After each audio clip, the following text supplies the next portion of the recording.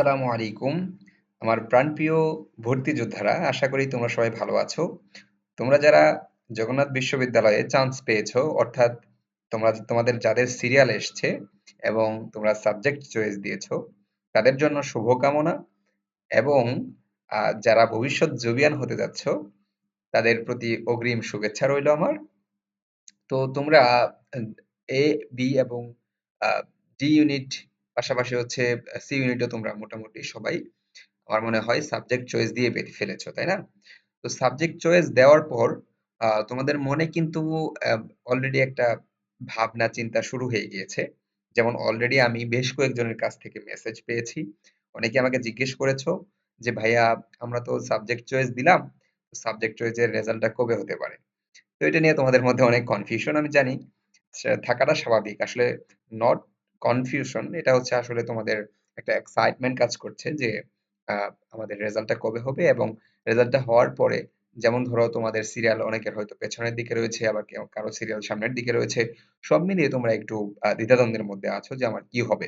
যেহেতু সামনে আরো পরীক্ষা রয়েছে, তো ওটার জন্য প্রিপারেশন নিবে নাকি বসে থাকবে? এই ধরনের বেশ কিছু কনফিউশন তোমাদের কাজ করে, তাই না?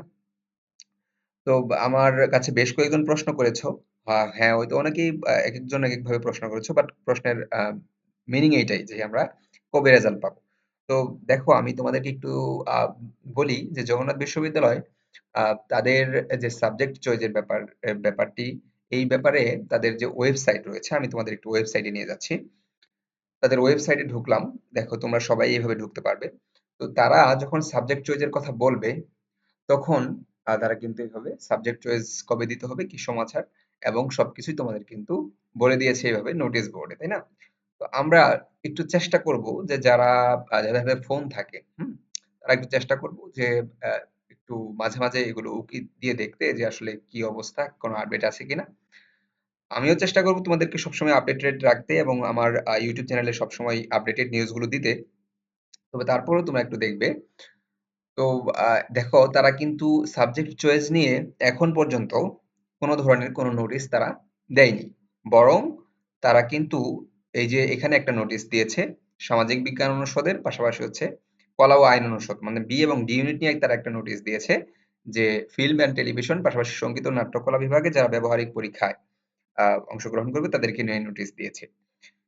তো আমি যতটুকু বুঝতে পারছি যে তারা যেহেতু এখন পর্যন্ত কোনো কিছু জানায়নি, পাশাপাশি হচ্ছে বি এবং ডি ইউনিটের একটা প্রক্রিয়া চলমান রয়েছে।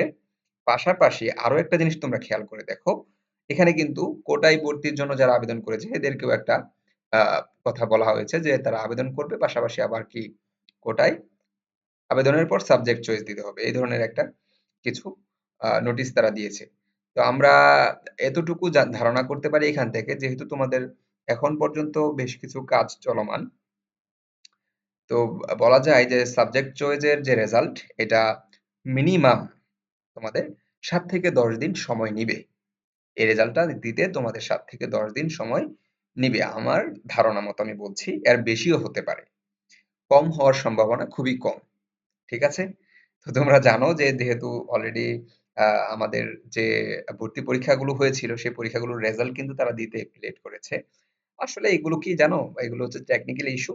যেহেতু ফার্স্ট টাইম তারা এইভাবে নিচ্ছে, দ্যাটস ওয়াই তাদের এই ধরনের প্রবলেম হচ্ছে। তোমাদের একটু মেনে নিতে হবে, কিছু করার নেই। আমরাও মানে খুবই ফেড আপ তাদের যে সিস্টেমের জন্য আমরাও খুব মানে আশাহত। পাশাপাশি তাদেরকে অনেক বেশি আমরা এভাবে অ্যাপ্রোচ করার চেষ্টা করেছি পার্সোনালি, যে এইটা সিস্টেমটা আসলে শিক্ষার্থীদের জন্য একটা হয়রানি ছাড়া আর কিছুই না। সবকিছু মিলিয়ে, হ্যাঁ?